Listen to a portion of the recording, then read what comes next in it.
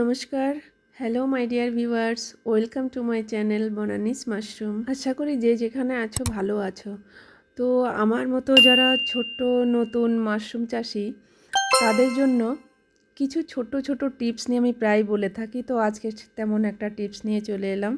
Mushroom bed থেকে ভালো মাশরুমের ফলন পেতে হলে কি করতে হবে। মাশরুম বেডটি তৈরি হওয়ার পরে ঠিক 15 থেকে 18 দিন বাদে মাশরুমের পিন হেড বেরোতে শুরু করে। তার মানে কুড়ির ঠিক আগ মুহূর্ত, ঠিক তখন এভাবে পাতলা ব্লেডের মতো কোনো ধারালো চাকু অথবা ব্লেড দিয়ে চিরে দিতে হবে।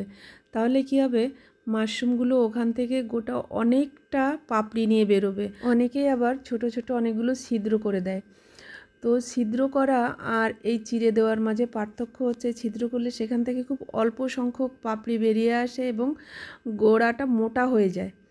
আর এভাবে চিরে দিলে এক লাইনে অনেকগুলো পাপড়ি বেরোবে, যেটাতে ভারীও হবে। আর প্রথম সময়ে যেহেতু পেটে খাবার অনেক বেশি থাকে, এই জন্যে মাশরুমের গ্রোথটাও বেশি হয় আর ওজনটাও বেশি হয়, পাপড়িগুলো মোটা হয়।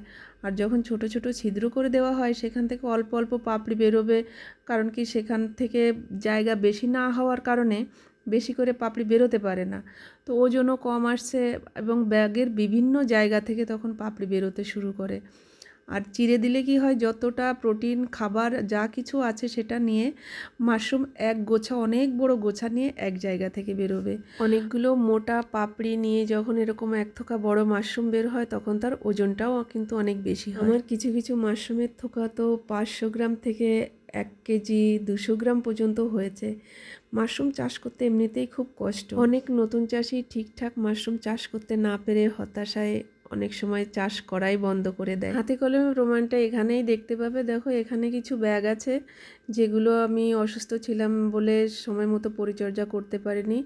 তো সেখান থেকে ছোট ছোট আকারে পাপড়ি বেরিয়ে এসছে, কুঁড়ি বেরিয়ে এসছে, যেগুলোতে আমি ফলন বেশি একটা পাবো না। আর কিছু নতুন ব্যাগ আছে যেগুলো আজকে আমি চিরে দিচ্ছি এবং কদিন আগে চিরে দিয়েছিলাম, সেগুলো থেকে খুব ভালো আকারে মাশরুমের ফলন আমি পেয়েছি। ব্যস্ততার কারণে প্রতিদিন ভিডিও করা সম্ভব হয় না, তবুও চেষ্টা করেছি যদি আমার দ্বারা কারো উপকার হয়। মাশরুম সম্পর্কে এমন ছোট্ট উপকারী টিপস পেতে এবং আমার ভিডিওটি দেখে যদি তোমাদের ভালো লাগে তো অবশ্যই সাবস্ক্রাইব, লাইক, শেয়ার করে দিও।